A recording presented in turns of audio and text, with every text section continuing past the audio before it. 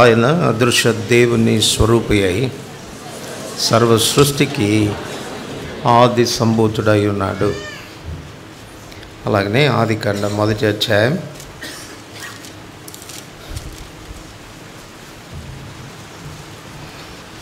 26, 27 వచనాలు కూడా కలిసి చదువుకుంటాం. ఆదికాండం 1వ అధ్యాయం 26, 27 వచనాలు. దేవుడు మన స్వరూపమందు మన పోలిక చొప్పున నరులను చేయుదుము. వారు సముద్రపు చేపలను, ఆకాశ పక్షులను, పశువులను, సమస్త భూమిని, భూమి మీద ప్రాకు ప్రతి జంతువును ఎలుదురుగాకని పలికెను. దేవుడు తన స్వరూపమందు నరుని సృజించెను. దేవుని స్వరూపమందు వారిని సృజించెను. స్త్రీని గాను పురుషుని గాను వారిని సృజించెను. ప్రార్థన చేసుకుంటాం.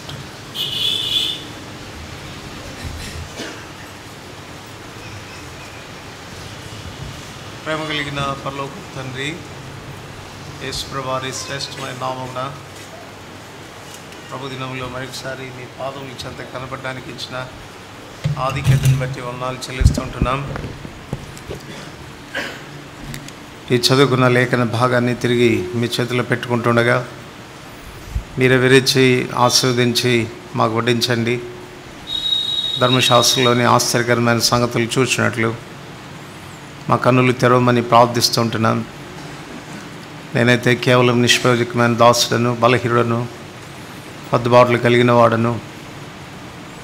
మీ రక్త ప్రోక్షణ క్రిందికి మరొకసారి నన్ను నేను తెచ్చుకుంటుండగా నన్ను ప్రతిష్ఠించి నా నోట మీ మాటలుంచి పలుకుటకు వాక్శక్తిని ప్రసాదించి కుడి వచ్చిన నీ బిడలే ప్రయోజనం కొరకు మీకు మహిమ కలిగినట్లుగా నన్ను విరిచి వాడుకుంటూ రమ్మని ప్రార్థిస్తూ ఉంటున్నాను.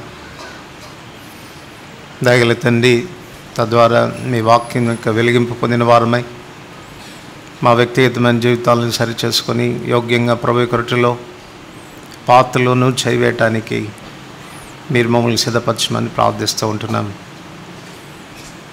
మా హృదయాల్ని కూడా ఆ రీతిగా మీరు సిద్ధపరచము. మీ వాక్యం మీద మా గమనం ఉన్నట్లుగా మా చలించే తలంపులన్నింటినీ చెరపట్టుము. అట్లు తండ్రి, మీ వాక్యం మీద గమనం ఉంచి ఆత్మీయ క్షేమం పొందినట్లు కృప చూపించుము. నిష్ప్రయోజకమైన దాసునై నన్ను మరొకసారి ఖాళీ చేయము, మరుగు చేయము. మీ మాటల చేత నింపుము. పలుకుటకు వాక్శక్తిని ప్రసాదించము. మీ హస్తాలు అప్పచెప్పుకుంటూ మీ దేవుని కోరుతూ యేసు ప్రభు నామమున వందనములతో ప్రార్థిస్తున్నాం తండ్రి. ఆమేన్.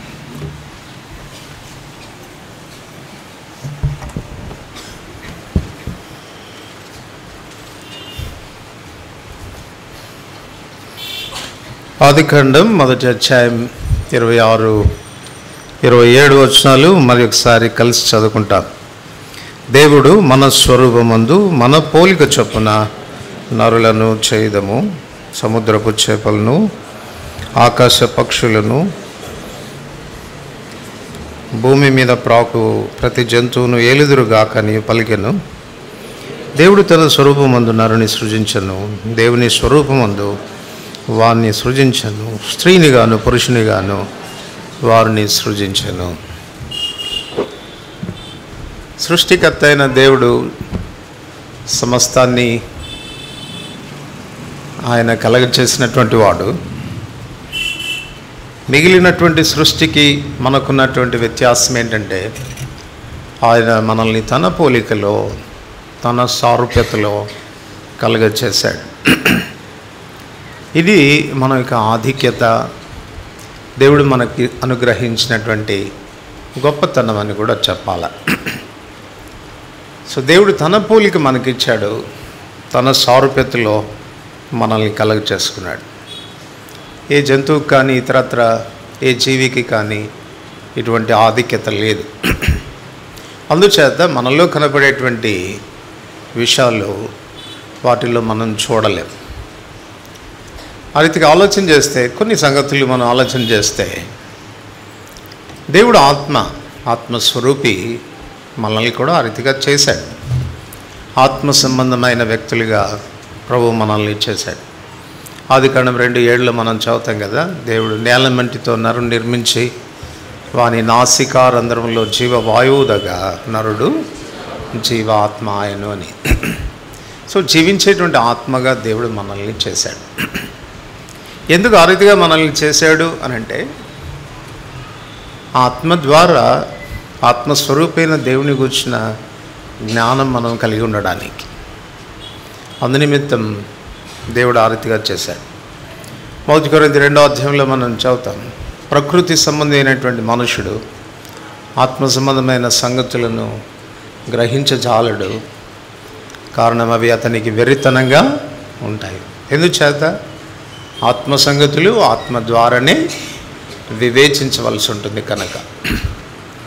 కనుక మానవునితో దేవుడు సంబంధం కలిగి ఉండడానికి, మానవుడు దేవుని గురించినటువంటి అనుభవ జ్ఞానంలో జీవించడానికి మానవుని దేవుడు ఆత్మస్వరూపిగా చేశాడు. రెండవది, దేవుడు ఎలాగా అక్షయుడో ఆ రీతిగా మనల్ని అక్షయులుగా కూడా చేశాడు. He is immortal. అట్లాగనే మనల్ని కూడా అక్షయులుగా చేశాడు. అక్షయులుగా చేయబడటం ఒకవైపు లాభదాయకమైన, మరొక వైపు చాలా ప్రమాదకరమైంది కూడా. ఎందుచేతనంటే మిగిలినటువంటి జీవులన్నిటికీ కూడా అవి ఈ లోకంలో చేసేటువంటి పనులను బట్టి కానీ, ఇక లేక వాటి పొరపాట్లను బట్టి కానీ వచ్చేటువంటి ఫలితాలు, కాన్సిక్వెన్సెస్ అనేది ఈ లోకం వరకే ఉంటుంది వాటికి. ఎందుకనంటే అవి మర్త్యమైనవి కనుక. కానీ మనము అమర్చులము అని చెప్తున్నప్పుడు, అక్షయులము అని చెప్తున్నప్పుడు, మనం చేసే మంచి పనికి కానీ చెడ పనికి కానీ వచ్చేటువంటి కాన్సిక్వెన్సెస్ కూడా ఇటర్నల్గా ఉంటాయి, నిత్యత్వం ఉండబోతున్నాయి. అందుకే మనం ఏం చేస్తాము, ఎలా జీవిస్తాము, ఏ ప్రకారంగా ఉంటున్నాము అన్న విషయంలో మనకు శ్రద్ధ లేకపోతే ఏదో 4 రోజులు మనం కష్టాలను అనుభవించడం కాదు. మనం చేసేటువంటి ప్రతి పొరపాటుకు వచ్చేటువంటి కాన్సిక్వెన్స్ అనేది నిత్యత్వంలో కూడా మనం అనుభవించాల్సి ఉంటుంది. అది మనం గుర్తుపెట్టుకోవాలి. తర్వాత మూడోది, దేవుడు అనంత జ్ఞాని. ఆయన ఆలోచించగలడు, కారణ సహితంగా ఆలోచించగలడు, ఏది మేలో ఏది కీడో వివేచించగలడు. ఒకవేళ ఏదైనా పొరపాటు జరిగితే దాన్ని రికవర్ చేసుకునేటువంటి శక్తి ఆయనకుంది. అదే విధానంలో మానవుని కూడా కలగచేశాడు. మానవునికి జ్ఞానం ఇచ్చాడు, వివేచన ఇచ్చాడు, ఆలోచన సరళనిచ్చాడు. ఒక జంతువులాగా కారణం లేకుండా జీవించేటువంటి వ్యక్తిగా చేయలేదు. రీజనింగ్ ఉంది మనకు. తర్వాత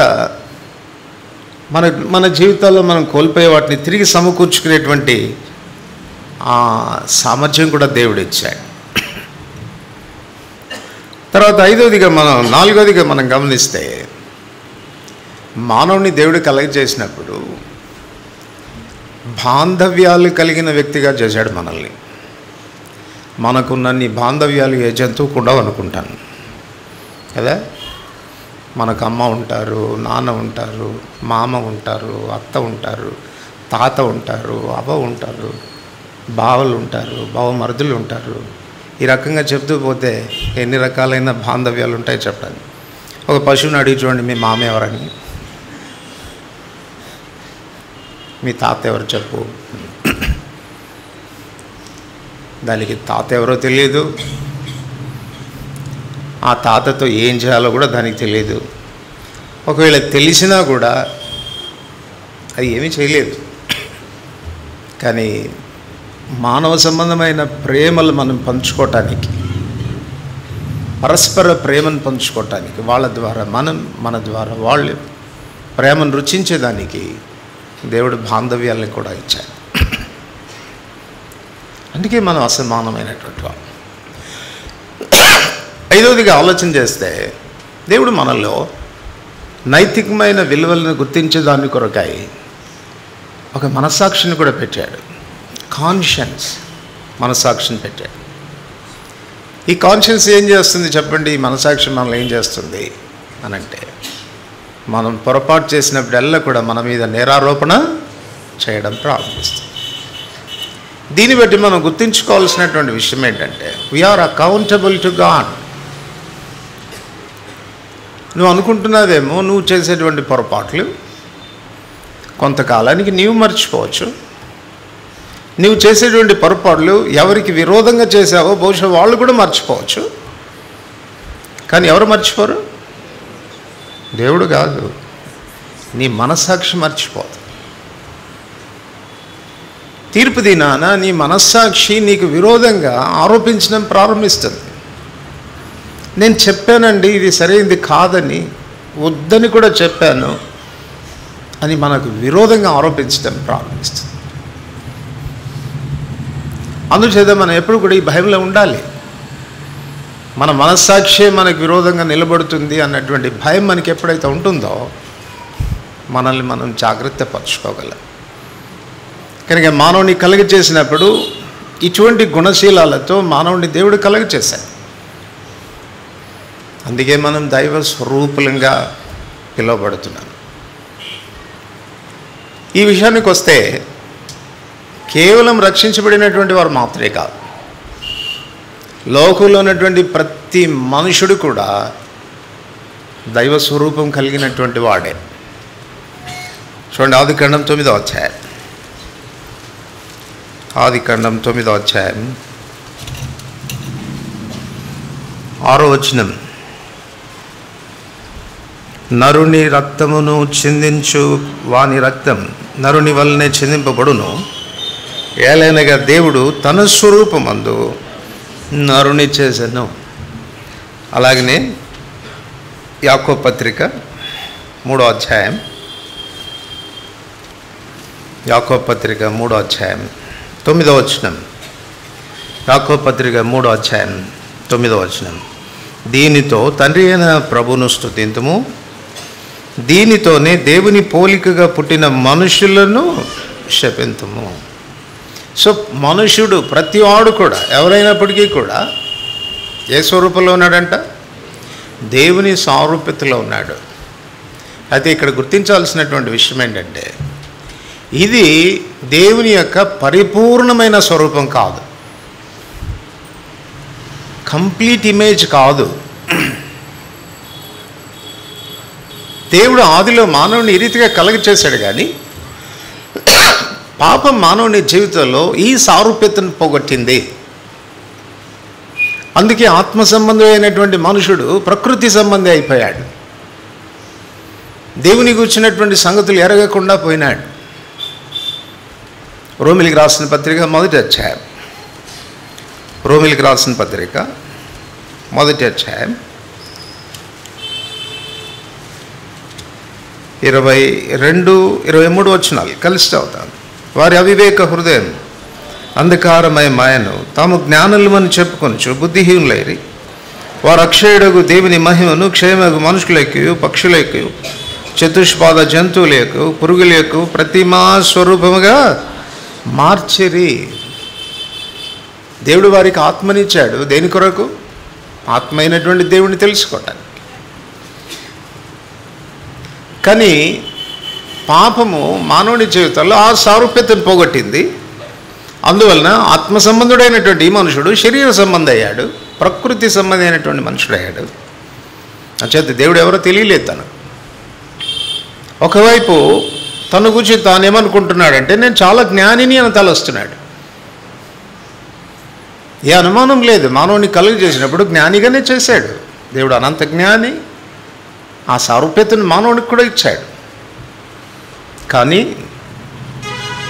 తాను జ్ఞానినని చెప్పుకొనొచ్చు వాడు బుద్ధిహీనుడైనాడు. ఎందుకు? వారు అక్షయులకు దేవుని మహిమను క్షయమగు మనుషుల యొక్క, పక్షుల యొక్క, చతుష్పాద జంతువుల యొక్క ప్రతిమా స్వరూపాలుగా మార్చారు. అంత మాత్రమే కాదు, మానవుని బాంధవ్యాలతో చేశాడని చెప్పుకున్నాం. దేని కొరకు? ప్రేమను పంచడానికి కొరకు, పరస్పర ప్రేమను పంచుకోవడానికి కొరకు కదా. పాపం అనేది మానవుని జీవితంలో ప్రవేశించక మునుపు ఆదాము వద్దకు దేవుడు అవ్వను తీసుకురాగానే ఆదాముకు కవిత్వం వచ్చేసింది కదా. ఏమన్నాడు? నా ఎముకల్లో ఒక ఎముక, నా మాంసంలో మాంసం, ఇది నరుల్లో నుండి తీయబడిన కనుక నారి అనబడును అని అన్నాడు. అంటే ఒక మాటలో చెప్పుకోవాలంటే, అమ్మ నువ్వెవరో కాదు, నువ్వు నేనే అన్నాడు. నేను నువ్వే, మన ఇద్దరం వేరు కాదు అన్నాడు. అందుకే క్రిందికి వచ్చేసరికి ప్రభు కూడా దాన్ని అటెస్ట్ చేస్తూ ఏమన్నాడంటే, కాబట్టి పురుషుడు తన తండ్రిని తల్లిని విడిచి తన భార్యను హత్తుకొను, వారు ఏక శరీరమై ఉందరు అని ప్రభు చెప్పాడు. సో ఇటువంటి వ్యక్తిత్వంలో ఉండాల్సినటువంటి మానవుడు, ఇటువంటి బాంధవ్యాల్ని కొనసాగించాల్సినటువంటి మానవుడు పాపం ప్రవేశించగానే ఆ రిలేషన్షిప్స్ అన్నీ కూడా దెబ్బతిన్నాయి. వెంటనే ఏమన్నాడు చెప్పండి, ఎవరు చెప్పాడు నీకు పుణ్య తినమని అని అంటే, ఇంకెవరు చెప్పారు అన్నాడు కదా. నువ్వు చేసి ఇచ్చావే, నువ్వు తయారు చేసావే, ఆవిడ ఇచ్చింది, ఆవిడెవరో నాకు తెలియదు అన్నట్టుగా మాట్లాడాడు. రిలేషన్షిప్స్ దెబ్బతిన్నాయి, బాంధవ్యాలు పోయినాయి. అందుచేతనే ఇది నాన్న పాపం విస్తరించగలదు, ఈ బాంధవ్యాలు అనేవి పూర్తిగా తెగిపోతూ ఉన్నాయి. మనం ఇప్పుడు గమనిస్తే తల్లిదండ్రులకు పిల్లలకు మధ్యలో, భార్యకు భర్తకు మధ్యలో, బంధువులకు మనకు ఉండాల్సినటువంటి ఆ ప్రేమ అనురాగాలు పూర్తిగా సన్నగిలినాయి. యథార్థంగా మనం చెప్పుకోవాలంటే మనం చూపించేటువంటి ప్రేమలు చాలా వరకు వేషధారణతో కూడినవి అని చెప్పాలి. హృదయపూర్వకంగా, హోల్ హార్టెడ్గా, నిష్కల్మషంగా ఎదుటి వ్యక్తి విషయంలో మనం ప్రేమ చూపించడం లేదు అని అంటే తప్పు కాదనుకుంటాను.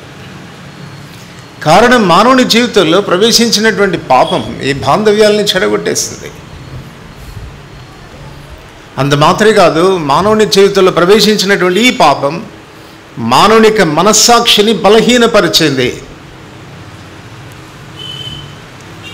అందుచేత ఒకవైపు మనస్సాక్షి మానవుని గద్దిస్తూ ఉన్నా, నువ్వు చేస్తున్నది పొరపాటు అని చెప్తూ ఉన్నా, మనుషుడు దాన్నే చేస్తూ ఉన్నాడు. కారణం ఏంటంటే మనస్సాక్షి బలహీనపడింది, మనిషిని అదుపు చేయలేకపోతుంది, కంట్రోల్ చేయలేకపోతుంది, ఆధీనంలో ఉంచుకోలేకపోతుంది. అపోస్తలుడైన పౌలు అందుకే అన్నాడు రోమా 7వ అధ్యాయంలో 18వ వచనం నుండి, నాయందు నా శరీరమందు మంచిది ఏదియో నివసింపదని నేను ఎరుగుదును, మేలైనది చేయవలన్న కోరిక నాకు కలుగుచున్నది కానీ దాన్ని చేయుట నాకు కలుగుటలేదు. కనుక ఇది మన పరిస్థితి. అయితే ఇప్పుడు మన సృష్టికర్త అయినటువంటి దేవుని యొక్క ఉద్దేశం మన విషయంలో ఏంటి అని అంటే, ఏ సారూప్యతనైతే మనం పోగొట్టుకున్నామో దాన్ని మరలా రికవర్ చేయాలని ఆయన కోరుతా ఉన్నాడు, దాన్ని తిరిగి సమకూర్చాలని కోరుతున్నాడు. పాపం ప్రవేశించక మునుపు మానవుడు ఏ రీతిగా ఆత్మ సంబంధిగా ఉన్నాడో, ఏ రీతిగా జ్ఞానిగా ఉన్నాడో, ఏ రీతిగా ఆరోగ్యకరమైన సంబంధ బాంధవ్యాలు కలిగి ఉంటూ వచ్చినాడో, ఏ రీతిగా నిర్మలమైన మనస్సాక్షిని కలిగి ఉంటూ వచ్చినాడో, అటువంటి స్థితిలోనికి తిరిగి మానవుని రికవర్ చేయాలనేది దేవుని యొక్క ఆశ. అందుకొరకే తన కుమారుడైన యేసుక్రీస్తు ప్రభువారిని ఈ లోకానికి ఆయన పంపాల్సి వచ్చింది. పాపమే మానవుని రూపాన్ని రీతిగా పోగొట్టింది కనుక మానవుని పాపానికి ప్రాయశ్చిత్తం కలిగితే కానీ, పరిహారం కలిగితే కానీ మానవుడు తిరిగి సమకూర్చబడ్డం అనేది సాధ్యమయ్యేటువంటి విషయం కాదు. ఇది అంత సులభమైనటువంటి పని కాదు. ఉదయకాలం మనం విన్నట్టుగా తండ్రి అయిన దేవుడు సంకల్పించాడు, మరలా మనల్ని సమకూర్చాలని కోరాడు, తన కుమారునితో మనల్ని సంధిపరచుకోవాలని కోరాడు. దాని కొరకు ఆయన చేయవలసి వచ్చినటువంటి క్రయం ఎంత గొప్పదంటే, తన కుమారుని స్వతహాగా తన చేతులతో చంపుకోవాల్సి వచ్చింది, మరణానికి అప్పగించాల్సి వచ్చింది. కొలస్సీ మొదటి అధ్యాయం 19 నుండి 21 వచనాలు. ఆయన యందు సర్వ సంపూర్ణత నివసింపవలనని ఆయన శిలువ రక్తం చేత సంధి చేసి ఆయన ద్వారా సమస్తమును, అవి భూలోకమందునవైనను పరలోకమందునవైనను, వాటన్నిటినీ ఆయన ద్వారా తనతో సమాధానపరుచుకున్న వలనని తండ్రి అభీష్టమైన మరియు గత కాలమందు దేవునికి దూరస్తులను మీ దుష్క్రియల వలన మీ మనసులో విరోధ భావం గలవారైన మిమ్మును కూడా తన సన్నిధిని పరిశుద్ధులుగాను నిర్దోషులుగాను నిరపరాధులుగాను నిలబెట్టుటకు ఆయన మాంసయుక్తమైన దేహమందు మరణము వలన ఇప్పుడు మిమ్మును మాంసయుక్తమైన దేహాన్ని ధరించుకొని లోకానికి రావటంలోని ఉద్దేశం ఏంటంటే మన పాపానికి పరిహారం కలుగ చేయడానికే.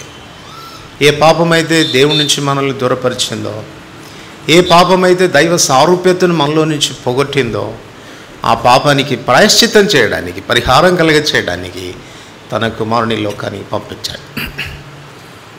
ఈ సంగతి ఎవరైతే విశ్వసిస్తారో, తన పాప పరిహారార్థమై ఆయన మానవుడిగా ఈ లోకానికి వచ్చాడని, అరుదించాడని, మన పాప ప్రాయశ్చిత్తార్థమై ఆయన కల్వరి శిలువలో తన ప్రాణమర్పించాడని, పాపానికి ప్రాయశ్చిత్తం చేయడానికి తన అమూల్యమైన రక్తాన్ని చిందించాడని ఎవరైతే విశ్వసించి ఆయన చెంతకు వస్తారో, వాళ్ళల్లో మరలా ఈ రికవరీ, తిరిగి సమకూర్చబడేటువంటి ఈ కార్యం అనేది ఆరంభించబడుతుంది. దీన్నే బైబిల్ పరిభాషలో ఏమని చెప్పవచ్చు అంటే రక్షణ అంట, ఆత్మరక్షణ అంట. ఇక్కడ ఈ మధ్యాహ్నం మనం గుర్తించాల్సిన ప్రాముఖ్యమైన సంగతి ఏంటంటే, దేవుని యొక్క అంతిమ ఉద్దేశం మన విషయంలో ఏంటంటే, ఆదిలో దేవుడు మనల్ని కలుగ చేసుకున్న ఆయన సారూప్యతలోనికి మరలా మనం తిరిగి రావాలి, కంప్లీట్గా తిరిగి రావాలి. ఏదో 40%, 50%, 90%, 95% కాదు, కంప్లీట్గా ఆయన సారూప్యతలోనికి మనం రావాలి. అసలు ఆయన సారూప్యత అంటే ఏంటి అన్న దానికి కూడా మనం దాని గురించిన అవగాహన మనకు అవసరం. కొన్నిసార్లు ఈ విషయాల్లో బోధకులు కూడా పొరపాట్లు చేసే ఆస్కారం అనేది ఉంది. ఏమని చెప్తుంటారంటే మనమే దేవుళ్ళు అంటుంటారు. మనం ఆయన సృష్టి, ఆయన సృష్టికర్త, ఆయన చేత కలగ చేయబడిన సృష్టిగా మనం ఎన్నడూ కూడా దేవుళ్ళు కాలేము, ఎన్నడూ కూడా దేవుళ్ళు కాలేము. ఒకవేళ ఆ రీతిగా అవుతాము అని అనుకుంటే అది మొదటి అబద్ధం. ఎక్కడ ప్రారంభమైంది మొదటి అబద్ధం? ఆదికాండం 3వ అధ్యాయం 5వ వచనంలో సాతాను చెప్పాడు కదా, ఏమని? మీరు ఈ పండు తినేదేమన్నా ఎవరిలాగుంటారు, దేవతల వలె ఉందురు అని చెప్పారు. మన విషయంలో దేవుని యొక్క ఉద్దేశం ఆయనలాగా అయిపోవడం అని కాదు, లేక దేవుడిగా చేయబడ్డం అని కాదు. దైవత్వం మనలో కనపడాలని ఆయన కోరుతున్నాడు, ఆయనను పోలిన వారంగా ఉండాలని కోరుతున్నాడు. దేవుడిగా ఉండడం వేరు, దైవత్వాన్ని కలిగి ఉండడం వేరు. అది మనం గుర్తించాలి. గాడ్గా ఉండడం వేరు, గాడ్లీనెస్లో ఉండడం వేరు. గాడ్లీనెస్లో, దైవత్వంలో దేవుని యొక్క గుణశీలాలన్నీ కూడా మనకు కనపడతాయి. అందుకే పేతురు రాస్తే ఏమంటాడు? 1 పేతురు 2:9లో చీకటిలో నుండి ఆశ్చర్యకరమైన వెలుగులోనికి మిమ్మల్ని పిలిచిన వాని గుణాతిశయములు ప్రచురం చేయ నిమిత్తం ఏర్పరచబడిన వంశమును, రాజులైన యాజక సమూహమును, పరిశుద్ధ జనమును, దేవుని సొత్తైన ప్రజలనై ఉన్నారు. కనుక చీకట్లో నుండి మనల్ని బయటికి తీసుకొచ్చినప్పుడు, పాపంలోంచి మనల్ని విడిపించినప్పుడు ఆయన యొక్క ఉద్దేశం ఏంటి అని అంటే తన మహిమా గుణాతిశయాలు ప్రచురపరచాలి. ఏంటి తన మహిమా గుణాతిశయాలు? కొండ మీద ప్రసంగంలో ప్రభువు కొన్ని సంగతులు నేర్పించాడు. ఇంగ్లీష్లో అయితే దాన్ని బియాటిట్యూడ్స్ అంటారు కదా. అంటే మనం కలిగి ఉండాల్సిన యాటిట్యూడ్ అని, వైఖరి అని. ఏంటి మనం కలిగి ఉండాల్సిన వైఖరి? చెప్పాడు కదా అక్కడ, ఆత్మ విషయమై దీనులైన వారు ధన్యులు, పరలోక రాజ్యం వారిది. దుఃఖపడు వారు ధన్యులు, వారు ఓదార్చబడదురు. సాత్వికులు ధన్యులు, వారు భూలోకాన్ని స్వతంత్రించుకుందరు. నీతి నిమిత్తం ఆకలి దప్పులు గల వారు ధన్యులు, వారు తృప్తిపరచబడదురు. సో బీ యాటిట్యూడ్, ఈ వైఖరి కలిగి ఉండాలని ప్రభు కోరాడు. గలతీ 5వ అధ్యాయం 22వ వచనంలో కూడా మనం చూస్తాం కదా. ఏంటది? ఆత్మఫలం ప్రేమ, సంతోషం, సమాధానం, దీర్ఘశాంతం, దయాళుత్వం, మంచితనం, విశ్వాసం, సాత్వికం, ఆశ, నిగ్రహం. సో ఒక మాటలో చెప్పుకోవాలంటే ఈ సుగుణాల చేత మనం నింపబడాలి. ఈ సుగుణాల యొక్క పరిపూర్ణతలోనికి, పరిపక్వతలోనికి మనం రావాలనేది దేవుని యొక్క దయాపూర్వకమైన సంకల్పం. చాలా పర్యాలు మనం ఏమనుకుంటామనంటే దైవత్వంలోనికి మనం రావడానికి కంప్లీట్గా మన జీవితాల్ని ఆయనకి సరెండర్ చేసుకోవాలి, మన వ్యక్తిత్వాన్ని పూర్తిగా పోగొట్టుకోవాలి అని అనుకుంటాం. అది భ్రమ. దేవుడు నీ పర్సనాలిటీని, నీ వ్యక్తిత్వాన్ని హరించాలని కోరడం లేదు. ఎందుకు మనం దేవుని లాగా ఉండలేకపోతున్నాం? దైవ సారూప్యతలో మనల్ని కలగచేసిన ఎందుకు ఉండలేకపోతున్నాం అనంటే మన మనస్సాక్షి అపవిత్రపడింది కనుక, మన మనసు అపవిత్రపడింది కనుక, మన మనసు బలహీనమైపోయింది కనుక. అందుకే మన ఆలోచనలు చెడిపోయినాయి. ఒక వ్యక్తి యొక్క గుణశీలం దేని మీద ఆధారపడింది? ఒక వ్యక్తి యొక్క గుణశీలం యొక్క మూలం ఎక్కడ చెప్పండి? మానవుని యొక్క ఆలోచనలే. నువ్వు ఏమి ఆలోచిస్తావు అన్న దాన్ని బట్టి నీ భావోద్రేకాలు వస్తాయి. నీ భావోద్రేకాలు ఏమి ఉంటాయి అన్న దాన్ని బట్టి నీ చర్యలు ఉంటాయి. ఆ చర్యలు పదే పదే చేస్తే అది అలవాటు కింద మారుతుంది. ఆ అలవాట్లే నీ గుణశీలం అవుతుంది.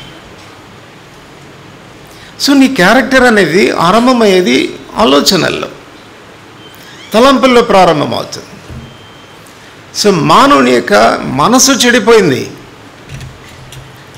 ఇప్పుడు దేవుడు ఏమని కోరుతున్నాడు అంటే నీ మనసు తీసేసి పక్కన పెట్టుకొని నా మనసు పెట్టుకో అని చెప్పడం లేదు ఆయన. ఆయన ఏమంటున్నాడంటే నీ మనసును రెన్యూ చేస్తాను నేను. చెడిపోయిన, పతనమైపోయిన, బలహీనపడిన, కల్మషమైన నీ మనసును రెన్యూ చేస్తాను. ఎలా ఆరంభిస్తాడు చూడండి. హెబ్రీయులకు రాసిన పత్రిక 9వ అధ్యాయం. హెబ్రీయులకు రాసిన పత్రిక 9వ అధ్యాయం 14వ వచనం అందరు కలిసి చదువుతాం. నిత్యుడగు ఆత్మ ద్వారా తను తాను దేవునికి నిర్దోషినిగా అర్పించుకున్న క్రీస్తు యొక్క రక్తం నిర్జీవ క్రియలను విడిచి జీవము గల దేవుని సేవించుటకు మీ మనస్సాక్షిని ఎంతో ఎక్కువగా, ఇది ఆరంభం కావాలా నీ జీవితంలో. మొదట సిలువలోని పాప పరిహారార్థమై చిందించిన యేసుప్రభువారి యొక్క రక్త ప్రోక్షణం క్రిందికి నీ మనస్సాక్షిని నువ్వు తెచ్చుకోకపోతే రూపాంతరపరచబడేటువంటి ప్రక్రియ అనేది నీ జీవితంలో ఆరంభించబడదు. చెడిపోయిన నీ జీవితం అనేది తిరిగి సమకూర్చబడేదానికి కార్యం అనేది ఆరంభించబడదు. కార్యం ఎప్పుడు ఆరంభించబడుతుంది అంటే ఈ అపవిత్రపడిన, మలినపడిన నీ మనస్సాక్షి మీద ఆయన రక్త ప్రోక్షణం జరిగినప్పుడే. అందుకే ఆయన ఆశ్రయించాల. నా వ్యక్తిత్వం చెడిపోవడానికి నా మనసే కారణం. అందుకే చూడండి, మనుషులు పైరూపాన్ని లక్ష్య పెడతారు, దేవుడు దేన్ని లక్ష్య పెడతాడు? హృదయాన్ని లక్ష్య పెడతాడు. నరుల ఆలోచన వారి బాల్యము నుండి చెడ్డదని యెహోవా చూచి. ఆయనకి తెలియదండి బలాత్కారులు వాళ్ళు? ఆయనకి తెలియదా ఆయన నెఫీలీలుగా ఉన్నారు వాళ్ళు? ఎంత ఘోరమైన దుష్కార్యాలు చేస్తున్నారో దేవుడు చూడటం లేదా? ఇలా రాయబడి ఉండొచ్చు కదా, దేవుడు వారి భయంకరమైన ఘోరమైన పాపాలని చూచి అని రాయబడి ఉండొచ్చు కదా. దేవుడు దాన్ని చూడడం లేదు, దాని మూలాన్ని చూస్తున్నాడు. ఎక్కడి నుంచి ఆరంభమైంది ఇది అంటే వారు హృదయాలోచనలే చెడ్డవి గనక వారి అవుట్పుట్ చివరికి వారి యొక్క వ్యక్తిత్వం చెడిపోయింది. నీ వ్యక్తిగతమైన జీవితాన్ని తిరిగి బాగు చేయాలంటే ప్రభు ఆరంభించేటువంటి కార్యం అది మొదట నీ మనసులో ప్రారంభమవుతుంది, నీ మనస్సాక్షిలో ప్రారంభమవుతుంది.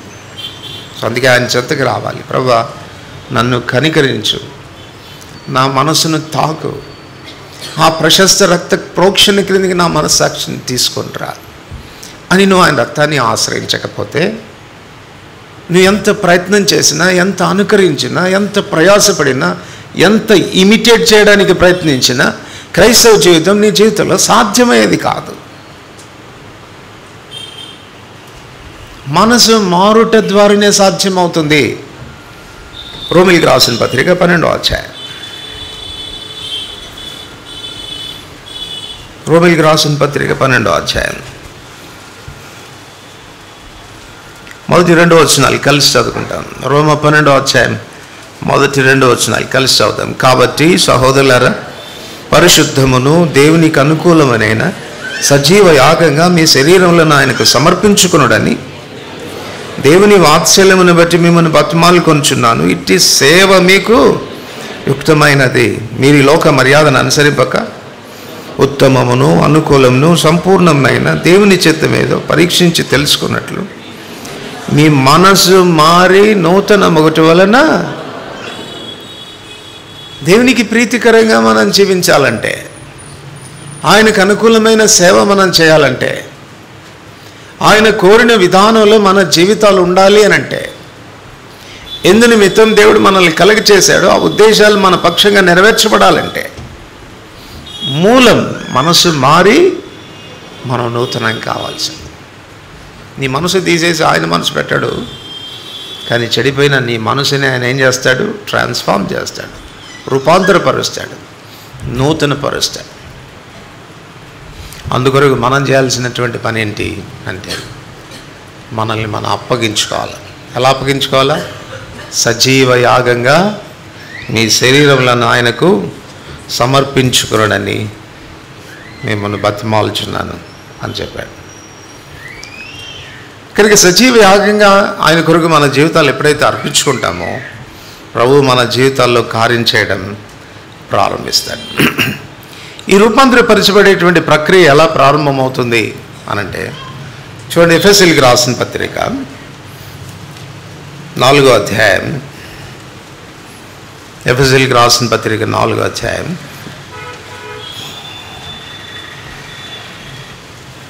20-21 వచనాలు కలిసి చదువుకుంటాం. ఎఫెసీ 4వ అధ్యాయం 20-21 వచనాలు కలిసి చదువుతాం. అయితే మీరు యేసును గూర్చి విని ఆయన యందలి సత్యం ఉన్నది ఉన్నట్టుగానే ఆయన యందు ఉపదేశింపబడిన వారైన ఎడల మీరు అలాగూ క్రీస్తును నేర్చుకున్నవారు కారు. గాడ్లీనెస్ అంటే ఏంటండి? దైవత్వం అంటే ఏంటి?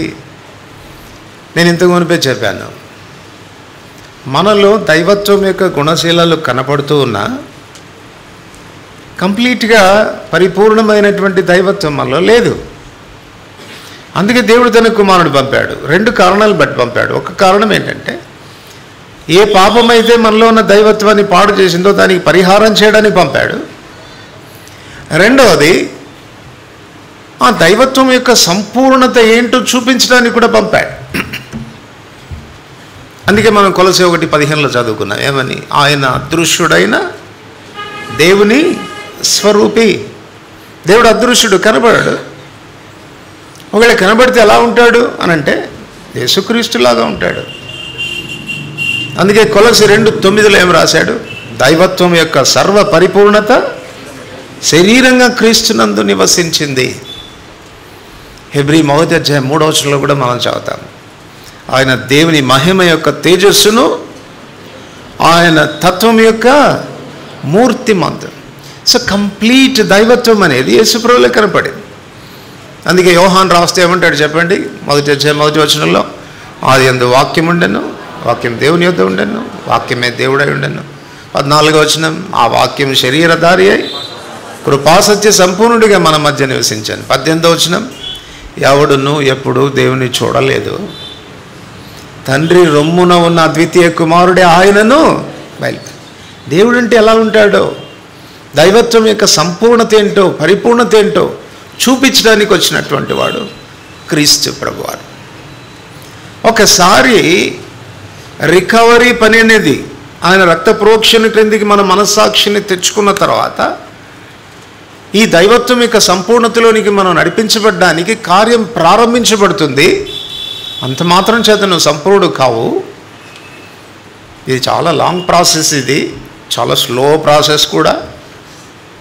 ఎప్పటి వరకు కొనసాగుతుంది ఇది? ఎప్పటి వరకు కొనసాగుతుంది? మనం చచ్చే వరకు, ఆయన వచ్చే వరకు కొనసాగుతుంది. అంతవరకు ఈ ప్రాసెస్ కొనసాగాల్సిందే. అందుకే యోహాన్ భక్తుడు రాస్తే ఏమన్నాడు చెప్పండి? మొదటి యోహాన్ పత్రిక 3:2 అంటాడు, మనం దేవుని పిల్లలమని పిలువబడినట్లు తండ్రి మన ఎడల ఎట్టి ప్రేమను అనుగ్రహించడం చూడండి అని. మనం నిజంగా దేవుని పిల్లలమే. అయితే మనం ఏమవుదామో ఇంకా ప్రత్యక్షపరచబడలేదు. ఆయన ప్రత్యక్షమైనప్పుడు ఆయన ఉన్నట్లుగానే ఆయన చూస్తాం కనుక ఆయనను పోలి ఉంటాం. సో ఆయన ప్రత్యక్షతలో, ప్రభు యొక్క రాకడలో ఈ కంప్లీట్నెస్ మనకు వస్తుంది, ఈ సంపూర్ణత మనకు వస్తుంది. అంతవరకు ఈ ప్రాసెస్ గుండా పోవాలి. ఈ ప్రాసెస్ గుండా పోయేటువంటి ప్రక్రియలో దినదినము కూడా మనలో మార్పు కనపడాలి. ప్రోగ్రెసివ్ వేలోనా, రివర్స్ వేలోనా? చాలాసార్లు మనల్ని గురించి ఏమని చెప్తారంటే, ఈ బ్రదర్ లాస్ట్ ఇయరే చాలా బాగుండేవాడు, ఈ అక్క పోయిన సంవత్సరం ఎంత దీనంగా ఉండేది, ఇప్పుడేమొచ్చింది.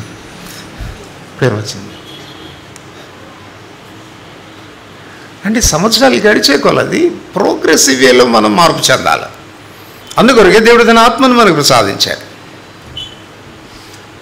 కనుక మొట్టమొదటి విషయం ఏంటంటే, మనం నేర్చుకోవాల్సినటువంటి విషయం ఏంటంటే, ఈ ఆత్మకు మన జీవితాల్లో ఎంత స్వేచ్ఛ ఇస్తున్నాం, ఎంత స్వాతంత్ర్యం ఇస్తున్నాం, ఎంతగా ఆయన మనలో వసిస్తున్నాడు అనేది ప్రాముఖ్యమైన సంగతి. 2 కొరింథీ 3:18 చెప్తాడు కదా, ప్రభువే ఆత్మ ఎక్కడ ఉంటుందో అక్కడ ఆయనకు స్వాతంత్రం ఉంటుంది. ఆ ఆత్మ మహిమ నుండి అధిక మహిమ పొందొచ్చు. ప్రభువు ఆత్మచేత అపోలికగా మనము మార్చబడుతుంది. సో మనల్ని ఆ కుమారుని యొక్క సారూప్యతలోనికి మార్చగలిగిన, దినదినం రూపాంతరపరచగలిగిన పరిశుద్ధాత్మ దేవునికి మన జీవితాల్లో సుఖవంతమైన నివాసం ఉండాలి. ఫ్రీగా ఆయన డ్వెల్ చేయగలగాలి, నిలబడగలగాలి. ఈనాడు ఆత్మ మన జీవితాల్లో స్వేచ్ఛగా కాపురం ఉంటున్నాడా, ఉండగలుగుతున్నాడా? అది మనం ఆలోచించుకోవాలి. ఇంకో మాటలో చెప్పుకోవాలంటే, ప్రభులాగా మనం జీవించడం కాదు, ప్రభువే మనలో జీవించడం. ప్రభులాగా జీవించడం కాదు, ప్రభువే మనలో జీవించడం. ఎంత స్వేచ్ఛ ఇస్తున్నావు నీ జీవితంలో, నీలో ఉండి ఆయన జీవించడానికి. ఇది మన చేతిలో లేదు. అందుకే పౌలు అన్నాడు, నా యందు, నా శరీరం అందు మంచిది ఏది లేదు నేను మంచి చేయడానికి. నేనేమైనా మంచి చేయాలంటే ఆయన నాలో ఉండి నా ద్వారా ఆయన చేయాల్సిందే. అందుకొరకు ఆయనకి ఎంత చోటు ఇస్తాను నా హృదయంలో, ఎంత చోటు ఇస్తాను అన్న దాన్ని బట్టి నాలో రూపాంతరం అనేది జరుగుతుంది. దేవునికి, దేవుని వాక్యానికి, దేవుని ఆత్మకు మన జీవితాలు ఎంత చోటు ఇస్తున్నాం అన్నది చాలా ప్రాముఖ్యమైనటువంటి విషయం. నాకు చిన్నప్పుడు సండే స్కూల్లో నేర్పించారు, ఆత్మపూర్ణులయుండుడి అని. అంటే ఆత్మపూర్ణులయుండుడి అని అంటే ఏంటి? మనం ప్రభునందు విశ్వాసం ఉంచినప్పుడు దేవుని ఆత్మ మనలోనికి కంప్లీట్గా రాడా? 50% వస్తాడా? ఆ తర్వాత 70% అవుతాడా? లేదు, కంప్లీట్గానే వస్తాడు. మరి ఆత్మపూర్ణులు అవ్వడం అంటే ఏంటి అని అంటే, మాకు చిన్న కథ చెప్పారు. ఏం చెప్పారంటే, మన హృదయాలు ఒక ఇల్లు లాంటివంట. ఆ ఇంటిలో వేరు గదులు ఉంటాయి. ఆ ఇంటిలో వరండా కూడా ఉంటుంది.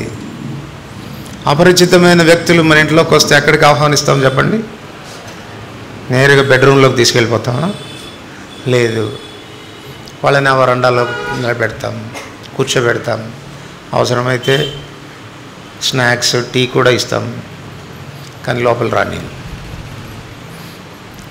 ఆ వ్యక్తి మీ ఇంట్లో ఉన్నాడా లేదా? మీ ఇంట్లోనే ఉన్నాడు, కాకపోతే వరండాలో ఉన్నాడు. మిగిలిన గదులతో ఆ వ్యక్తికి సంబంధం లేదు. మనం రక్షించబడినప్పుడంట పరిశుద్ధాత్మ దేవుడు వరండాల్లోకి వస్తాడంట. వరండాల్లోకి వచ్చినటువంటి పరిశుద్ధాత్మ దేవుడిని ఏం చేయాలంట? మనం ఆహ్వానించాలి. ప్రభువా, ఫీల్ అట్ హోమ్, ఇది నీ ఇల్లే అనుకో, నీకు కంప్లీట్ స్వేచ్ఛ ఇస్తున్నాను. ఎక్కడ ఉండాలనుకుంటే అక్కడ ఉండొచ్చు, ఏం చేయాలనుకుంటే అది చేయొచ్చు, నువ్వు ఏం చెప్పాలనుకుంటే అది చెప్పచ్చు, ఏం ఆజ్ఞాపించాలనుకుంటే అది ఆజ్ఞాపించవచ్చు అని ఆయనకు లిబర్టీ ఇస్తే, స్వేచ్ఛ ఇస్తే, అప్పుడు ఆయన అన్ని గదుల్లోకి ప్రవేశించడం ప్రారంభిస్తాడు. ఎన్ని గదుల్లోనికి వస్తాడో అన్న దాని మీద నీ నింపుదల ఆధారపడింది. ఎంత నువ్వు నింపబడుతున్నావు అనేది ఆధారపడింది. సో మనల్ని రూపాంతరపరిచేటువంటి పరిశుద్ధాత్మ దేవునికి మన హృదయాల్లోనే చోటు లేకపోతే, ఏ ఏరియాలో నువ్వు రూపాంతరపరచబడాలో, ఏ ఏ విషయాల్లో నీలో పరివర్తన రావాలనో ఆ ఏరియాలోనికి నువ్వు ఆయనను ఆహ్వానించకపోతే ఆయన ఎలా చేయగలడు? అది ఈల్డింగ్ అంటే, అది లోపరుచుకోవటం అంటే. నీ బలహీనతలు నీకు బాగా తెలుసు, ఎవరికి తెలిసినా తెలియకపోయినా. నీవు ఏ విషయాల్లో బలహీనంగా ఉంటావో అది నీకు బాగా తెలుసు. ఎప్పుడైనా బలహీనమైన ప్రదేశంలోనికి ఆయనను రమ్మని ఆహ్వానించావా? ప్రభు, ఇక్కడ నేను నిలబడలేకపోతున్నాను, ఇది నా వల్ల కావడం లేదు, నువ్వు నాకు సహాయపడు అని నువ్వు కోరుతున్నావా? రైతుగా కోరితే ఆయన వస్తాడు, తప్పక మనకు సహాయపడతాడు. కనుక మొదట మన హృదయాల్లో ఆయనకు చోటు ఇవ్వాలి, ఆయన ఆత్మచేత నింపబడాలి, ఆయన వాక్యం చేత మనం నింపబడాలి. అది మనం రూపాంతరపరచబడేదానికి మొదటి హేతు అవుతుంది. రెండో విషయం ఏంటంటే, ఎప్పుడైతే పరిశుద్ధాత్మ దేవుడు మనలోనికి వస్తాడో, మనలో వసిస్తాడో, ఆయన మనల్ని ఎలా రూపాంతరపరుస్తాడు అనంటే, క్రీస్తుని గురించిన బయలుపరిపిస్తూ ఉంటాడు మనకు. క్రీస్తుని గురించిన బయలుపరిపిస్తూ ఉంటాడు. అందుకే ఇక్కడ మనం ఈ మాట చదువుకున్నాం, మీరు యేసుని గురించి విని ఆయన యందు సత్యం ఉన్నది ఉన్నట్టుగానే ఆయన యందు ఉపదేశింపబడిన వారైనా ఇలా మీరు అలాగూ క్రీస్తును నేర్చుకున్నవారు కారు. ఇదేదో ప్రసంగాల ద్వారా యేసుని నేర్చుకునేది కాదు. ఇది యేసుక్రీస్తు ప్రభువారిని దృశ్య రూపేణ చూపిస్తాడు. ఎవరు? పరిశుద్ధాత్మ దేవుడు.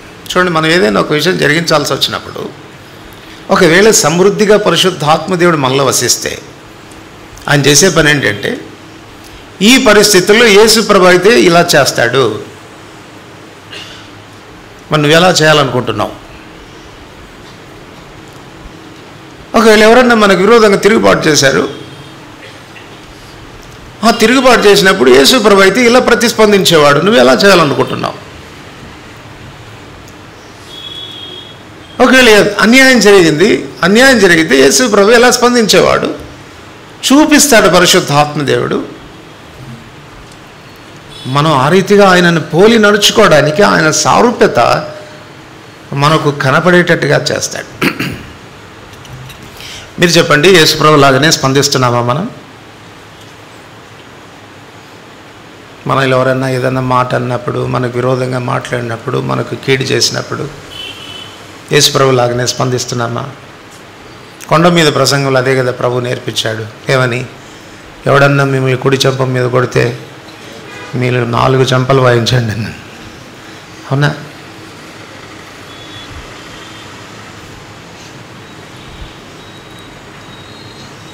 సో ఆయన వ్యక్తిత్వాన్ని కంప్లీట్గా మనకు బయలుపరిచేవాడు పరిశుద్ధాత్మదేవుడు. యేసుని గురించిన బయలుపరుపు నీకు రాకపోతే, దైవత్వం యొక్క సంపూర్ణత ఆయనలో ఉంది కదా, దాన్ని నువ్వు చూడలేకపోతే ఆయనను నువ్వు ఇమిటేట్ చేయలేవు, ఆయనలాగా నువ్వు ఉండలేవు. అందుకే ఆయనను పోలి జీవించాలంటే ఆయనను గురించిన ప్రత్యక్షత నీకు అవసరం, ఆ రెవల్యూషన్ అవసరం. ఎవరు చూపిస్తారు మనకి యేసును? పరిశుద్ధాత్మదేవుడే. ఆయన బయలుపరచడం ప్రారంభిస్తాడు. ఎంతగా ప్రభువును మనం చూస్తూ ఉంటామో అంతగా ఆయన సారూప్యతలోనికి మనం మార్చబడే ఆస్కారం అనేది. కనుక మొదట ఆయన మనలో వసించడానికి మనం అనుమతించాలి. రెండవది, మనం ఆయన సారూప్యతను దినదినము కూడా చూస్తూ ఆ మహిమా గుణాతిశయాలు మనలో కూడా కలుగునట్లుగా చూడాలి. ఇక్కడ మరొక విషయం మనం గుర్తించాలి. అనంటే ఇంకా మనం ప్యాసివ్గా ఉండిపోవడం అని కాదు, ఇంకా మనకేం బాధ్యత లేదని కాదు. మన బాధ్యత ఏంటి చెప్పండి? మన బాధ్యత ఏంటి? మనల్ని మనం అప్పగించుకోవటం. నీకు ఒకవేళ ఆశ లేకపోతే, నేను ఆత్మీయంగా ఎదగాలి, ప్రభు యొక్క సారూప్యతలోనికి నేను రావాలి అన్న తృష్ణ నీకు లేకపోతే, దాని కొరకైన ప్రయత్నం నువ్వు చేయకపోతే, బైబిల్ గ్రంథంలో మనం చాలా విషయాల్లో చూడవచ్చు. చూడండి, ఉదాహరణకు పేతురు రాసిన 2వ పత్రిక 1వ అధ్యాయం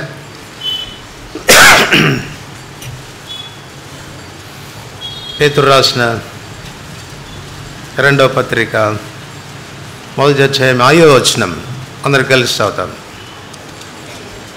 2వ పత్రిక 1వ అధ్యాయం 5వ వచనం చదవండి. ఆ హేతు చేత మీ మట్టుకు మీరు పూర్ణ జాగ్రత్త గలవారై మీ విశ్వాసముందు సద్గుణము, సద్గుణముందు జ్ఞానము, జ్ఞానమందు ఆశానిగ్రహం, ఆశానిగ్రహముందు సహనము, సహనందు భక్తిని, భక్తి యందు సహోదర ప్రేమను, సహోదర ప్రేమ యందు దయను అమర్చుకునుడి. పూర్ణ జాగ్రత్త గలవారై. ఎవరిస్తారు ఇవి? మనకు ఆ జాగ్రత్త ఉండాలి. ఈ సుగుణాలు నాలో కనపడాలి, ఇవి నాలో ఉండాలి అన్న ఆశ ఉండి వాటి కొరకైనా ప్రాకులాట ఉండాలి మనకు.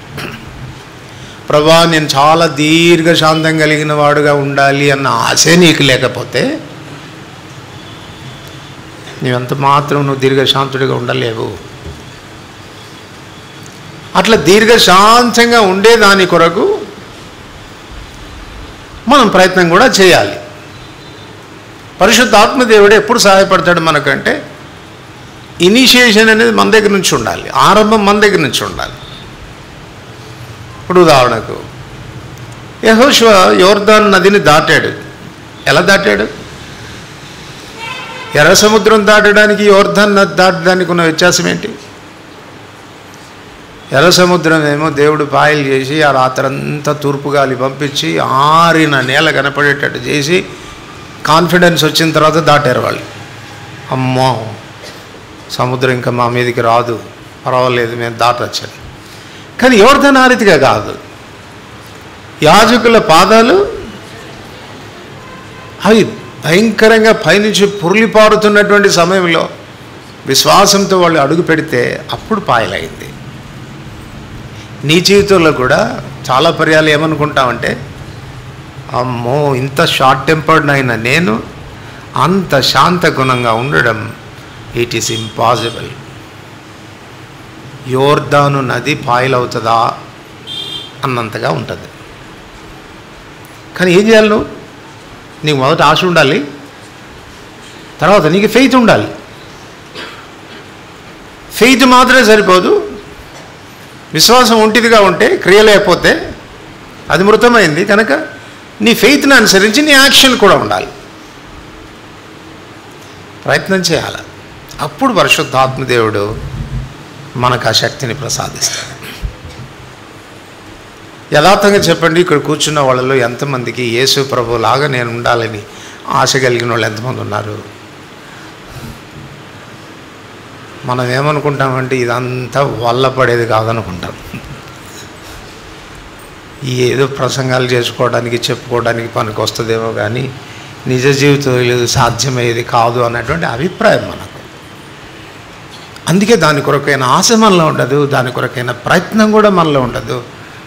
పరిశుద్ధాత్మ దేవుని యొక్క సహకారం కూడా అందుకే మనకు అందడం లేదు.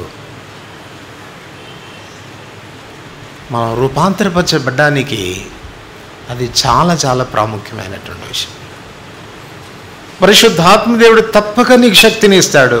పరిశుద్ధాత్మదేవుడు తప్పక నీకు విశ్వాసాన్ని నీలో పుట్టిస్తాడు. ఎప్పుడనంటే నీ నిజమైన డిజైర్ నీకుంటే, ఆ రీతిగా ఉండాలన్న ఆశ ఒకవేళ నీ జీవితంలో కలిగితే.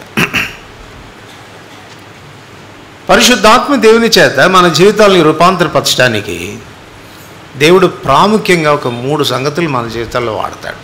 ఒకటి ఏంటంటే దేవుని వాక్యం. దేవుని వాక్యాన్ని వాడతాడు. మనల్ని రూపాంతరపరిచేది ఏది? మనల్ని రూపాంతరపరిచేది దేవుని వాక్యమే కదా.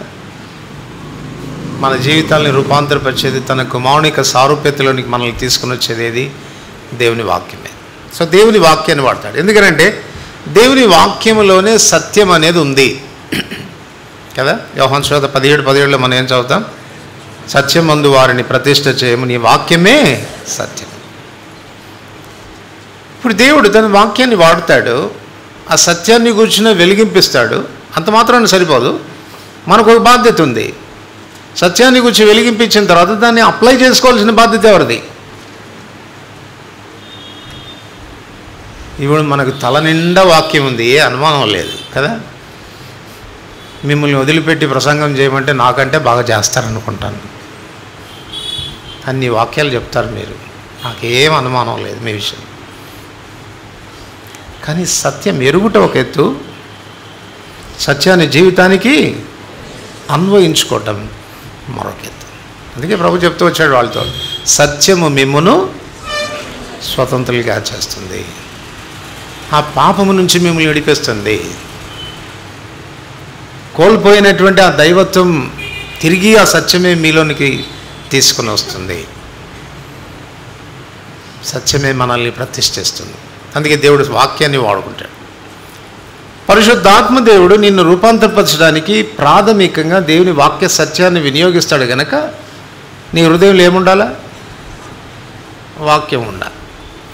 మీకు చాలాసార్లు చెప్పాను, పరిశుద్ధాత్మ దేవుడు ఎప్పుడు కూడా తన సొంత మాటలు చెప్పడు కదా. ఆయన సత్యస్వరూపైన ఆత్మ మీ వద్దకు వచ్చినప్పుడు మిమ్మల్ని సర్వసత్యంలోనికి నడిపిస్తాడు అని చెప్తూ క్రిందికి వచ్చేసరికి ఏమంటాడంటే తనంతటి తాను మళ్ళీ ఏమి బోధించడు. ఏదైతే నేను ఇంతకుముందు బోధించానో, నా వల్ల మీరు ఏవైతే విన్నారో వాటిని మీకు జ్ఞాపకం చేసి మిమ్మల్ని సర్వసత్యంలోనికి నడిపిస్తాడు. సో ఆల్రెడీ యేసుప్రభు చెప్పినటువంటి మాటలు మన హృదయంలో లేకపోతే పరిశుద్ధాత్మదేవుడు మనలో ఉండి కూడా ప్రయోజనం లేదు. అందుకే దేవుని వాక్యం చేత నింపబడాలి. నువ్వు నిజంగా ఆత్మీయంగా ఎదగాలి, క్రీస్తు ప్రభువుకి సారూప్యతలోనికి రావాలి అని అంటే మొదట నీకు ఈ ఆశ ఉండాలి, దేవుని వాక్యం చేత నింపబడాలి అన్నటువంటి ఆశ నీకు ఉండాలి. రెండవది, మనం ఆత్మీయంగా ఎదిగి ఆయన సారూప్యతలోనికి రావడానికి దేవుడు మనుషుల్ని కూడా వాడుకుంటాడు. మనుషులు కూడా వాడుకుంటాడు. చూడండి, మనందరం కూడాను ఎటువంటి వ్యక్తులు మనంటే ఇతరుల మీద ఆధారపడకుండా మనం ఎంత మాత్రం జీవించలేం. భౌతికంగా మీరు ఆలోచన చేస్తే మీరు చెప్పండి, ఇతరుల మీద నేను ఆధారపడను, అన్ని పనులు నేనే చేసుకుంటాను అనేవాళ్ళు ఎవరు ఉన్నారు? నాకు కావలసిన బట్టలు కూడా నేనే తయారు చేసుకుంటాను,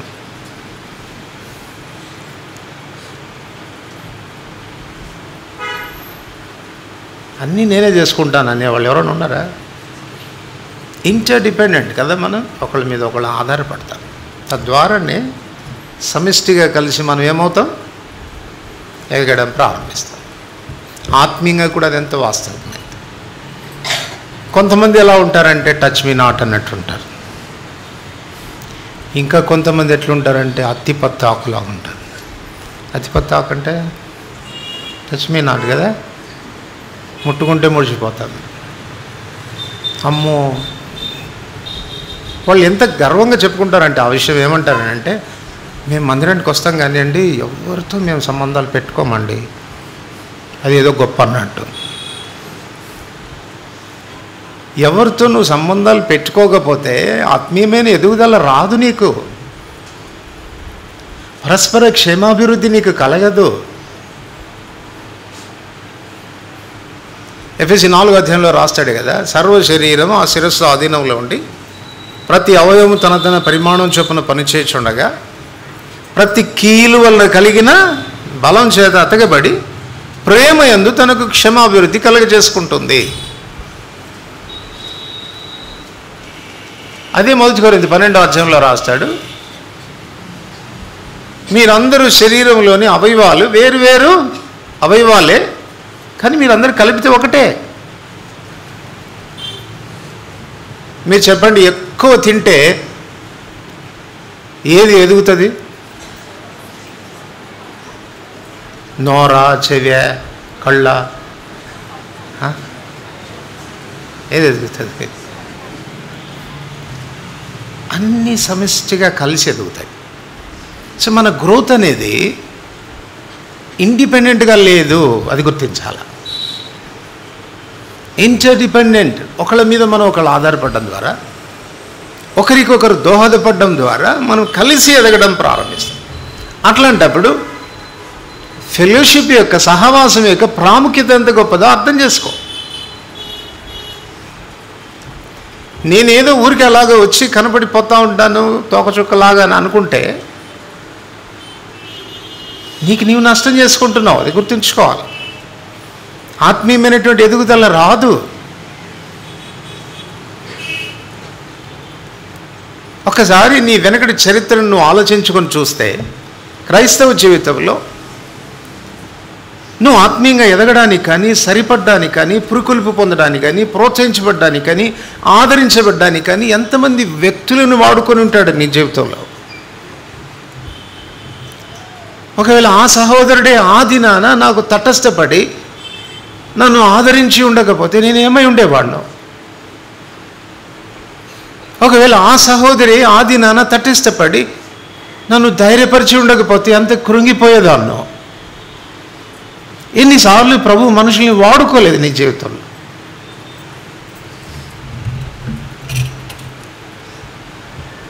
నేను తరబీదులో ఉన్నప్పుడు ఒక యవనస్తుని గురించి నేను ఎరుగుదు. భయంకరంగా తప్పిపోయాడు, విశ్వాస అయ్యుండి. ఎంత భయంకరంగా తప్పిపోయాడనంటే సాతానుడు తన్ను చాలా చాలా కృంగదీశాడు. నువ్వు రికవర్ కాలేవు, నువ్వు తిరిగి సమకూర్చబడలేవు, నీకు నరకమే గతి. ఒకలాగా మానసికంగా పిల్లవాడు కృంగిపోవడం ప్రారంభించాడు. ఇక కొన్నాళ్ళు ఎలాగో వదిలిపెడితే పిచ్చోడు అయిపోతాడేమో అన్నటువంటి పరిస్థితిలోకి వచ్చాడు. ఒకరోజు ఆ పిల్లోడిని కదిలిచ్చాను. ఏంటి నువ్వు ఇలా ఉంటున్నావు, ఎందుకు ఇంత కలవరంగా ఉంటున్నావు, నా మీతో మాట్లాడాలని. సరే తీసుకెళ్ళి మందిరంలో కూర్చోబెట్టి మాట్లాడాను. ఉన్నది ఉన్నట్టుగా దాచుకోకుండా తను ఇలాంటి పొరపాటులో చిక్కుపడ్డాడు అన్నీ కూడా చెప్పాడు. చెప్పి అన్న నాకు క్షమాపణ ఉంటుందంటావా, ఇట్లాంటి పరిస్థితుల నుంచి నేను రికవర్ అవుతానంటావా అని అడిగాడు. ప్రభా ఈ మనిషికి ఏం చెప్పాలి, నేను ఏదైనా ఒక వచ్చిందని నాకు జ్ఞాపకం చేయి. అప్పుడు నా మనసుకు తటస్థించింది ఏంటంటే ఆయన మకమకలాడుచున్న ఆ మాట జ్ఞాపకం వచ్చింది. దేవుడు ఎలాంటి వాడో తెలుసా, ఇంక నువ్వు ఆరిపోతున్నావు, అయిపోయింది నీ బ్రతుకు అన్న దాన్ని కూడా ఆయన ఆర్పడు. ఒకవేళ మనమే అయితే మకమకలాడుతుంటే ఏం చేస్తాం చెప్పండి? ఏం చేస్తాం? ఈ పనికి మళ్ళీ ఊరికి మకమకలాడుతుంది అని అది ఆరిపోకముందే మనం ఊది ఆరిపేస్తాం కదా. కానీ మన దేవుడు అట్లాగా మకమకలాడుతున్న జనపనార ఒత్తిని కూడా ఆయన ఆర్పడంట, తిరిగి అది వెలిగించబడేటట్టుగా చేస్తాడు. ఆ ఒక్క మాట ఆ బిడ్డ జీవితంలో పనిచేసింది. ఇప్పుడు గొప్ప సువార్థికుడయ్యాడు. ఆత్మీయంగా ఎంతో గట్టిగా నిలబడినటువంటి అనేకులకు వాక్యాన్ని ప్రకటించగలిగిన వ్యక్తి అయ్యాడు. ఇప్పటికీ నేను కలిస్తే తను ఏమంటాడంటే, అన్న ఆ రోజు మీరు కలిసి ఉండకపోతే, ఆ చిన్న మాట నాతో పంచుకొని ఉండకపోతే నేనేమై ఉండేవాడిని. నేను ఎందుకు ఈ ఉదాహరణ చెప్తున్నానంటే ఇతరుల ద్వారా మనం లాభపడిన పరిస్థితులు చాలా ఉన్నాయి. మనకు తెలిసిన దాన్ని బట్టే మనం ఎదగడం కాదు, వారి ద్వారా మనము, మన ద్వారా వారు, పరస్పర క్షమాభివృద్ధి అనేది జరగాలి.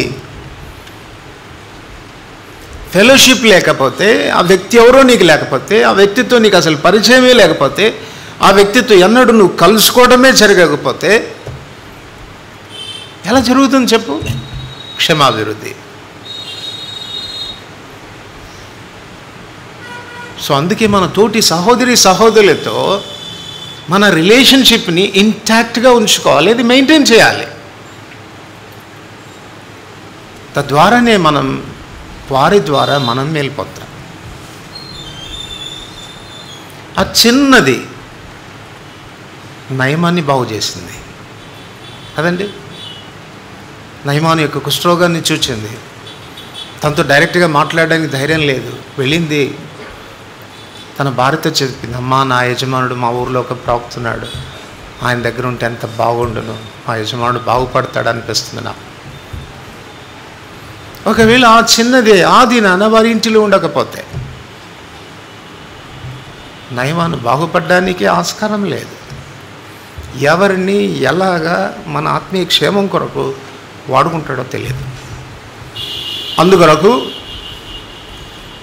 ప్రతి వ్యక్తిని మనం ఆదరించాలి, ప్రతి వ్యక్తిని మనం చేర్చుకోవాలి, ప్రతి వ్యక్తితో పాజిటివ్గా రిలేషన్షిప్ని మనం మెయింటైన్ చేయాలి.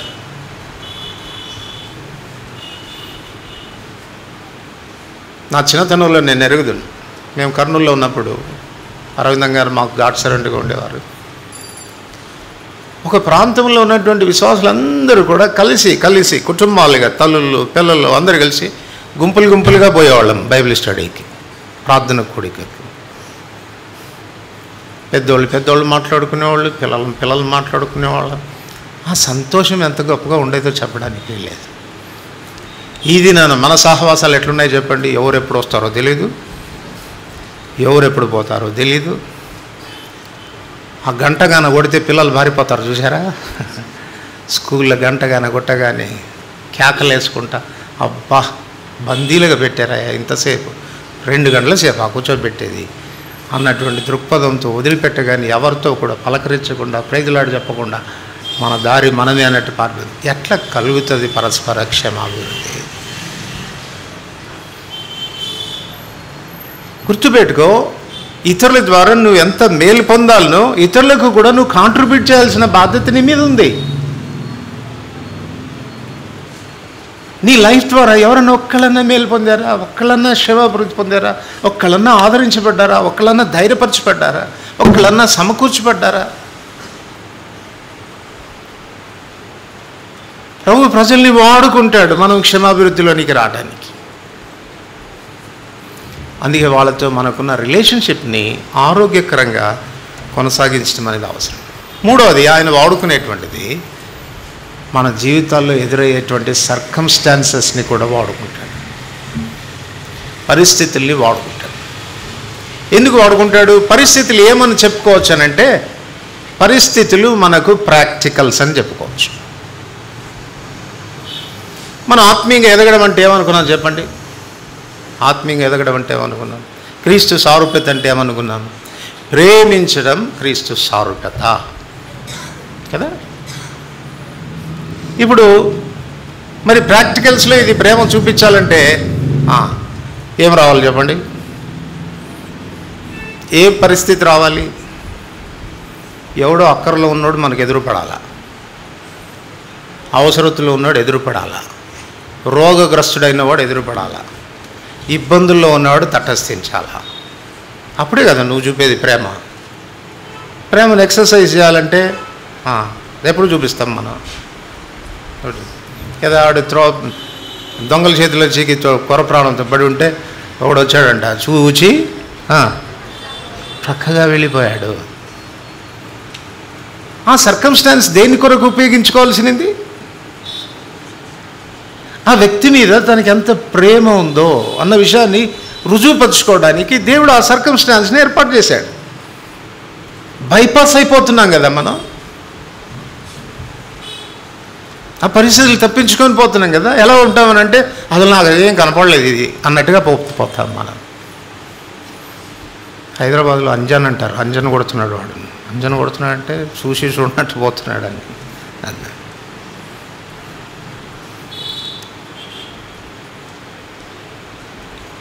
ఇప్పుడు దేవుడు నీలోని ఆత్మ ద్వారా కార్యం చేయడం ప్రారంభించాడు. ఎంతో ఓర్పు వస్తూ ఉంది, సహనం వస్తూ ఉంది, దీర్ఘశాంతం వచ్చేసింది అనిపిస్తుంది నీకు. కానీ ఇప్పుడు ప్రాక్టికల్స్లో ఇప్పుడు నీకు చూపించాలి. అది ఏ సిచ్యుయేషన్ ఏర్పాటు చేస్తాడండి? అనవసరంగా మనల్ని రెచ్చగొట్టే వాళ్ళని 10 మందిని పెడతాడు.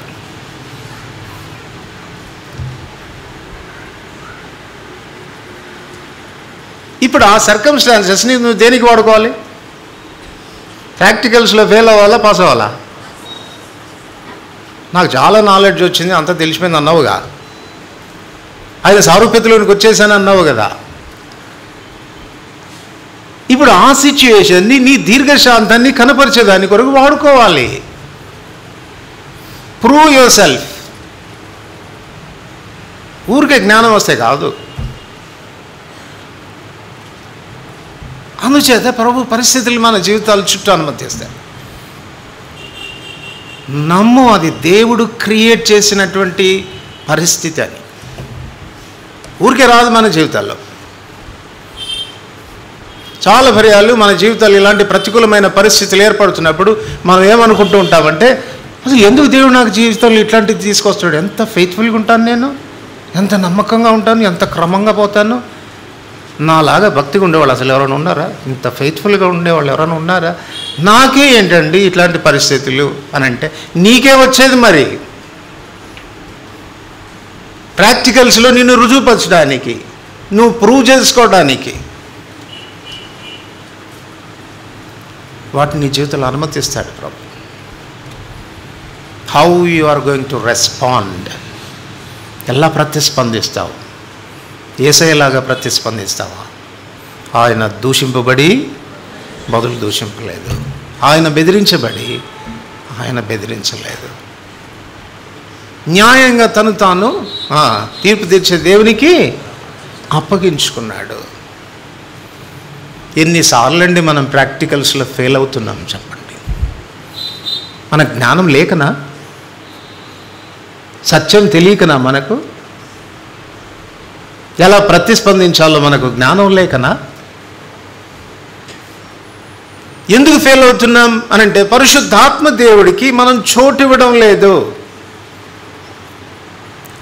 జ్ఞానమున్నంత మాత్రం నువ్వు దాన్ని చేసే శక్తి నీలో లేదు, అది గుర్తుపెట్టుకో. ఇచ్చయించుటకును కార్యసిద్ధి కలుగ చేసుకున్నటకు తన దయా సంకల్పాన్ని మనలో నెరవేర్చేవాడు దేవుడు. ప్రేమించాలి అని నాకు తెలిసినంత మాత్రం లాభం లేదు. ఆ ప్రేమ నాలో కుమ్మరించేవాడు పరిశుద్ధాత్ముడు. ఆ పరిశుద్ధాత్మ దేవుని యొక్క ఆధీనంలోనికి తెచ్చుకొని, దేవా ఈ పరిస్థితుల్లో నాకు సహాయపడు, నేను ఎలా రెస్పాండ్ కావాలో నాకు చూపించు. నాకు తెలుసు నువ్వే అనుమతించావు ఈ పరిస్థితి, ఈ కీడు నువ్వే అనుమతించావు, ఈ వ్యతిరేక్తమైన పరిస్థితులు నువ్వే అనుమతించావు, కానీ నేను ఎలా రెస్పాండ్ కావాలో నాకు చూపించు. వీటన్నిటిని తట్టుకోవడం నాకు శక్తినివ్వు, వీటిలో సరిగా స్పందించడానికి నాకు కృపనివ్వు అని ఎప్పుడైతే అడుగుతావో అప్పుడు సహాయపడతాడు. దేవుడు తన వాక్యం ద్వారా మనల్ని సంపూర్ణతలోనికి నడిపిస్తాడు. కారణం, వాక్యంలో ఉన్న సత్యాన్ని అనుసరించి. ఆ సత్యాన్ని నువ్వు ఎంత అన్వయించుకుంటావు అన్న దాని మీద నీ ఆత్మీయ ఎదుగుదల ఉంటుంది. దేవుడు వ్యక్తుల్ని వాడుకుంటాడు. నువ్వు ఒంటిగా నువ్వేమాత్రం ఎదగలేవు. సంఘం అనేది ఒక శరీరం లాంటిది. శరీరంలో ఉన్న అవయవాలన్నీ కూడా కలిసి ఎదగాలి. శరీరానికి వెలుపల ఉండి ఒంటిగా ఉండి నేను ఎదుగుతాను, నాలో గ్రోత్ ఉంటుంది అని అనుకోవడం అనేది అసాధ్యమైనటువంటి విషయం. మీరు చెప్పండి, చిన్నప్పుడే ముక్కు కోసేసి పక్కన పెట్టి ఓ 10 సంవత్సరాల తర్వాత ఆ ముక్కు ఎంత ఎదుగుతుందో చూస్తే ఎంత ఎదుగుతుందండి? ఎంత ఎదుగుతుంది?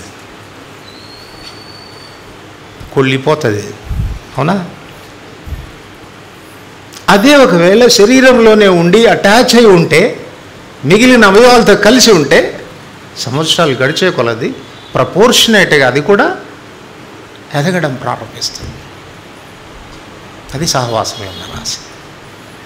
అందుకే ప్రజలు మనకు అవసరం, విశ్వాసుల యొక్క సహకారం మనకు అవసరం, వాళ్ళ ప్రేమ ఆదరణలు మనకు అవసరం. అందుకే ప్రభు చెప్పాడు, ఆ దినం సమీపించడం మీరు చూచిన కొలది సమాజంగా కూడట మానక మరి ఎక్కువగా అరితిగా చేయొచ్చు, ప్రేమ చూపుటకును సత్కార్యాలు చేయడానికి ఒకరినొకరు ఏం చేసుకోవాలా?